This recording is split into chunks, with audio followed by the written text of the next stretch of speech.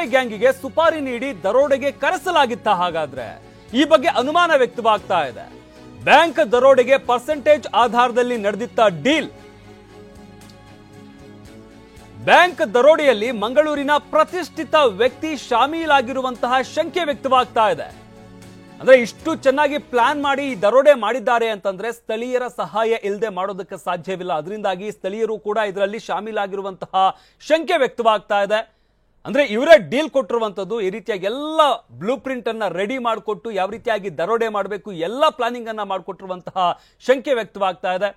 ಮಂಗಳೂರಿನ ಪ್ರತಿಷ್ಠಿತ ವ್ಯಕ್ತಿ ಇದರಲ್ಲಿ ಶಾಮೀಲಾಗಿದ್ದಾರಾ ಅನ್ನೋ ಒಂದು ಅನುಮಾನ ಈಗ ವ್ಯಕ್ತವಾಗ್ತಾ ಇರುವಂತದ್ದು. ಅವರೇ ಎಲ್ಲ ಸ್ಕೆಚ್ ಹಾಕೊಟ್ಟು ಅಲ್ಲಿ ದರೋಡೆ ಏನಾಗುತ್ತೆ ಅದರಲ್ಲಿ ಶೇರ್ ಅನ್ನ ಮಾಡಿಕೊಂಡು ಅಂದ್ರೆ ಶೇರ್ ಅಲ್ಲಿ ಮಾತಾಡಿಕೊಂಡು ಈ ರೀತಿಯಾಗಿ ಸ್ಕೆಚ್ ಹಾಕೊಟ್ಟಿರುವಂತಹ ಶಂಕೆ ವ್ಯಕ್ತವಾಗ್ತಾ ಇದೆ. ಮುಂಬೈ ಗ್ಯಾಂಗ್ ಜೊತೆ ಮಂಗಳೂರು ಗ್ಯಾಂಗ್ಗಾಗಿ ಹುಡುಕಾಟವನ್ನ ನಡೆಸಲಾಗ್ತಾ ಇದೆ. ಬ್ಯಾಂಕ್ ದರೋಡೆ ಪ್ರಕರಣದಲ್ಲಿ 10ಕ್ಕೂ ಹೆಚ್ಚು ಜನ ಶಾಮೀಲಾಗಿರುವಂತಹ ಶಂಕೆ ಇದೆ. ಮುಂಬೈನ ಧಾರಾವಿ ಗ್ಯಾಂಗ್ನ 10 ದರೋಡೆಕೋರರು ಕೃತ್ಯ ಎಸಗಿದ್ರು. ಮಂಗಳೂರು ಗ್ಯಾಂಗಿಗೆ ಕೆಡ್ಡ ತೊಡೋದಕ್ಕೆ ಮುಂದಾದ ಪೊಲೀಸರು 10ಕ್ಕೂ ಹೆಚ್ಚು ಸ್ಥಳೀಯರನ್ನ ವಿಚಾರಣೆಗೆ ಒಳಪಡಿಸಿದ್ದಾರೆ ಪೊಲೀಸರು.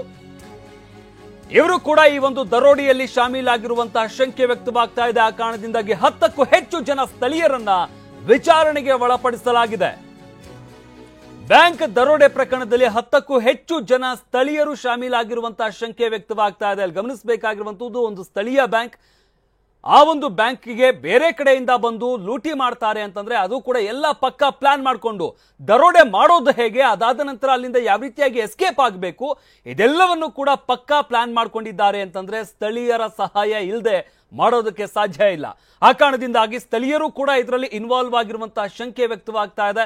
10 ಜನರನ್ನ ಸದ್ಯಕ್ಕೆ ವಶಕ್ಕೆ ಪಡೆದು ಪೊಲೀಸರು ವಿಚಾರಣೆಯನ್ನ ಮಾಡ್ತಾ ಇದ್ದಾರೆ. ಇನ್ನು ಮುಂಬೈನ ಧಾರಾವಿ ಗ್ಯಾಂಗ್ ಏನಿದೆ ಆ ಒಂದು ಗ್ಯಾಂಗ್ನವರು ಇಲ್ಲಿ ಬಂದು ದರೋಡೆ ಮಾಡಿರುವಂತಹ ಶಂಕೆ ಇರುವಂತದ್ದು. ಅವರ ಜೊತೆಗೆ ಸ್ಥಳೀಯರು ಕೂಡ ಕೈ ಜೋಡಿಸಿರುವಂತಹ ಶಂಕೆ ವ್ಯಕ್ತವಾಗ್ತಾ ಇದೆ.